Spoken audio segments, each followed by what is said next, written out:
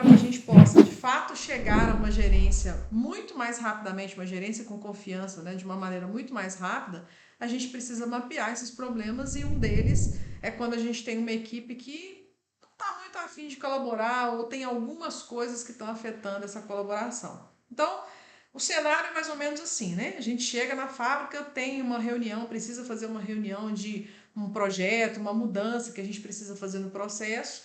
E qual que é a reação? A gente começa a falar sobre o projeto, começa a falar sobre a mudança, começa a falar sobre o processo que você quer implantar a mudança. E aí, o que a gente começa a ver? Aquelas carinhas, né? Braço cruzado, aquela cara de que não tô gostando nada do que você tá falando, aquela reação de apatia, ou seja, não sei se isso vai dar certo, aquele silêncio horroroso, né, de que ninguém fala nada, nem para criticar, nem para elogiar ou para falar que vai dar certo. Então, esses, gente, são alguns sinais que a gente costuma perceber que as pessoas estão manifestando ali sua descrença, ou seja, o descaso mesmo, falar, isso aí não vai dar certo. Muitos até falam, né? Tem pessoas que já vêm, já rasgam o verbo logo, isso aí não vai dar certo, aqui sempre foi assim, nunca vai mudar, as coisas aqui nunca mudam. Então, gente, esse é um tipo de ambiente extremamente comum nas fábricas, ou seja, né? Sempre tem pessoas que são mais resistentes, sempre tem equipes, né, com pessoas mais resistentes e se a gente quer tornar a nossa gestão muito mais confiante, muito mais segura, com transformações e resultados, a gente precisa realmente lidar e saber lidar muito bem com essas pessoas, né, com essas equipes mais resistentes. E aí, tem muito gestor que tem uma dificuldade, uma insegurança de enfrentar esse cenário.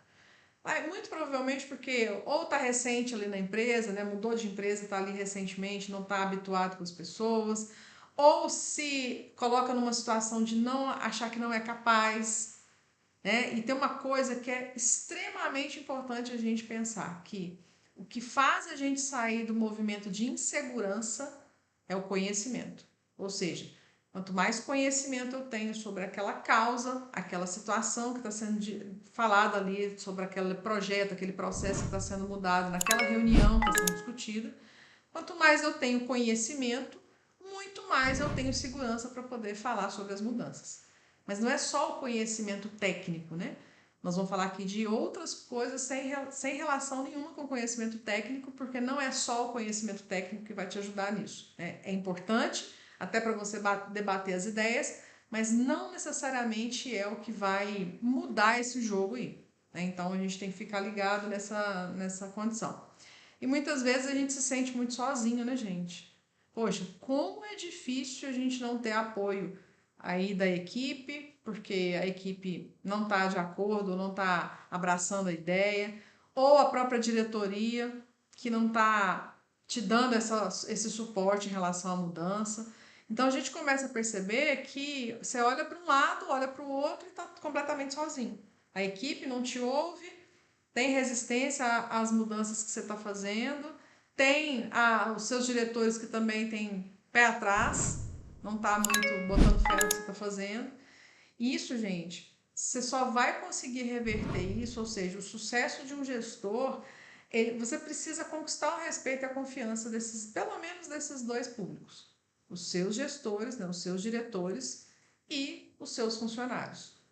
Sem isso, é muito difícil você ser promovido, né, ser reconhecido em novos cargos, porque a base do reconhecimento, das promoções, dos próximos níveis, né, que a gente tem de carreira, eles estão pautados na confiança. Então, se os diretores não confiam em você, muito provavelmente eles não vão te dar oportunidades de encarreiramento ou promoções, etc. E se a sua equipe não confia em você, naturalmente os seus diretores vão ter os dois pés atrás com vocês também, porque é um reflexo, né? A relação de confiança, ela é um reflexo. Se a equipe não confia, tem muita coisa por trás disso que chama a atenção da diretoria. Então a gente tem que ter esse cuidado. E aí uma equipe resistente, ela é uma equipe mais complicadinha de mexer, mais difícil, mas não é impossível. Né? E esse que é o grande, né? Essa que é a grande questão. E aí a habilidade de lidar com essas resistências, o que a gente precisa entender sobre isso? É sobre criar um ambiente onde todo mundo se sinta parte do processo, né? Não é o tal do manda quem pode, obedece quem tem juízo, né? Hoje eu conversava no direct com uma pessoa que está vivendo uma situação parecida. Poxa, eu trabalho numa empresa em que o dono não sabe nem por onde passou as questões que acontecem aqui e o gerente não tem um mínimo de empatia com os funcionários e não, a comunicação é muito falha. Então, a credibilidade, a resistência desses funcionários para com esse gestor é enorme, porque eles não se sentem acolhidos, eles não se sentem respeitados, eles não têm um ambiente onde eles possam participar. Então, isso vai ferindo aí essa relação de confiança, e aí é que a gente começa a ter os embates de resistência. É quando o seu funcionário ele não compreende o porquê da mudança, para que ele vai mudar? Poxa, tá tão confortável onde eu estou. Eu estou fazendo aqui minha rotina. Para que eu vou mudar essa rotina? Para fazer uma coisa que eu ainda não sei fazer, não é na minha zona de conforto, vamos pensar assim, naquilo que eu já domino. Então isso vai causando uma insegurança muito grande também nos seus funcionários. E aí é difícil você ter engajamento, motivação da parte deles, justamente porque eles estão com medo do que pode acontecer. Eles estão com medo de que se aquela mudança pode trazer algumas consequências para eles. Né? Então, isso é que a gente tem que ter um super cuidado quando a gente está trabalhando com pessoas resistentes, é entender o que está por trás dessa resistência. Quando a gente tem essa habilidade de conectar as áreas, né, e eu falava isso ontem na mentoria dos alunos, conectar a equipe com os objetivos da empresa, transformar essa resistência em aceitação, né? Então, quando eu falo de ter uma liderança muito mais confiante e segura, é sobre isso. É sobre você saber conectar as pessoas ao objetivo da empresa. É sobre você transformar essa resistência em aceitação, em colaboração, né? É pegar essa resistência, essa objeção e mostrar que eles têm, o ponto de vista deles está correto com as informações que ele tem, mas você tem novas informações para poder embasar, né? Então, às vezes, você tem gente que está há muitos anos ali na empresa. Cara, a análise deles não está errada, mas você precisa dar os elementos certos para eles pensarem na mesma linha de raciocínio que você. Como você quer que uma pessoa que está lá 10, 15, 20 anos de empresa pense igual a você se você não está dando a ela os elementos, as mesmas informações, né? A mesma estrutura de raciocínio? Ela vai pensar com aquilo que ela já vivenciou lá atrás. E aí, muitas vezes, pode ter tido várias tentativas e erros em relação àquilo que você está tentando mudar. Qual que é a reação da pessoa? Ih, não, já tentei fazer isso aí, não dá certo não. Só que lá atrás não deu certo por outros fatores. Não quer dizer que agora não vai dar certo. Né? Não quer dizer que essa tentativa, vou dar um exemplo, vamos implantar aí uma mudança no layout. Ah, não, Aline, faz isso não, a gente já tentou isso lá atrás, não funcionou, etc.